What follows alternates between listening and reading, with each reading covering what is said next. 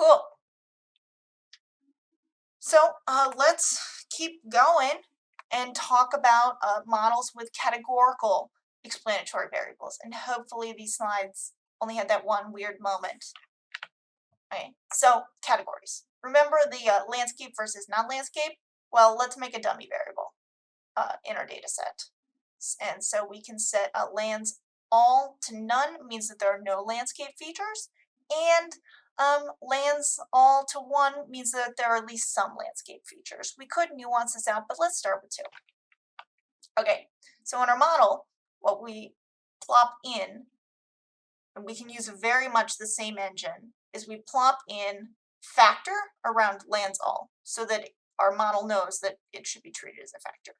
And as we can see in our tidied out tibble, we get a nice estimate for if we have a landscape, the average value for our height is almost 6 inches smaller than for a non-landscape painting. Cool. So let's interpret this. So the slope. The painting with landscape features are expected on average to be 5.64 inches shorter than paintings without landscape features. Effectively, this compares the baseline level, lands all equals 1, to the other level, lands all equals 1. The intercept tells us what the average level is for paintings that do not have landscape features. And in this case, that's 22.7.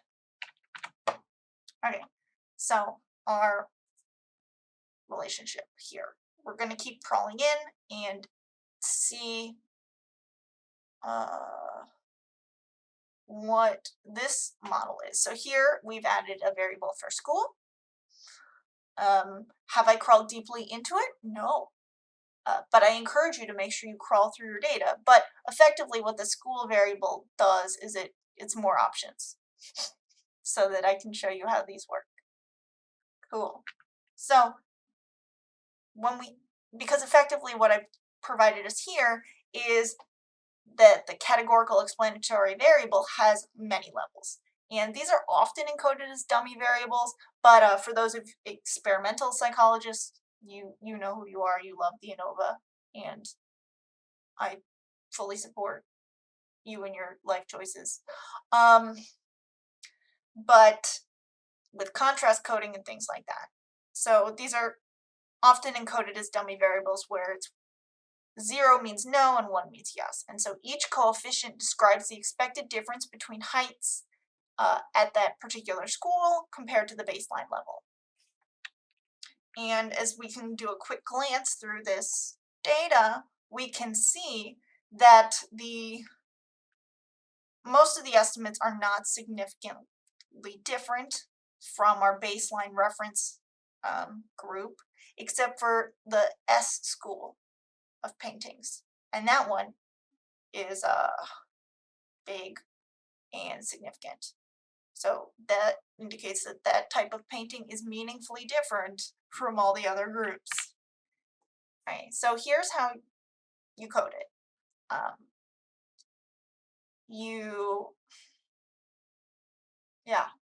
Enjoy. Just stare at the slide. Effectively, for each group, the column of data is yes if it has that property and 0 otherwise. And in this case, we will have 1 fewer groups than of variables than there are data, because the intercept is effectively that last group, our reference group. Okay, so I'll finally spell this out because for some reason I didn't decide to put that in the notes earlier. So on average, Austrian schools are expected to be 14 inches tall versus the Dutch Flemish school on average 2.3, French school 10 inches taller, German school 1.6 inches taller, Italian school 10 and a smidge inches taller, Spanish school 30 inches taller, and paintings whose school is unknown are on average 2.87. Here again, descriptive, and so while only one of these is statistically significant, you can still interpret the coefficients in theory, but don't like that this is what the model gives us, but that the estimates aren't meaningfully different from 0. So that is wrapping up this little chunk. I'll see y'all later. Bye!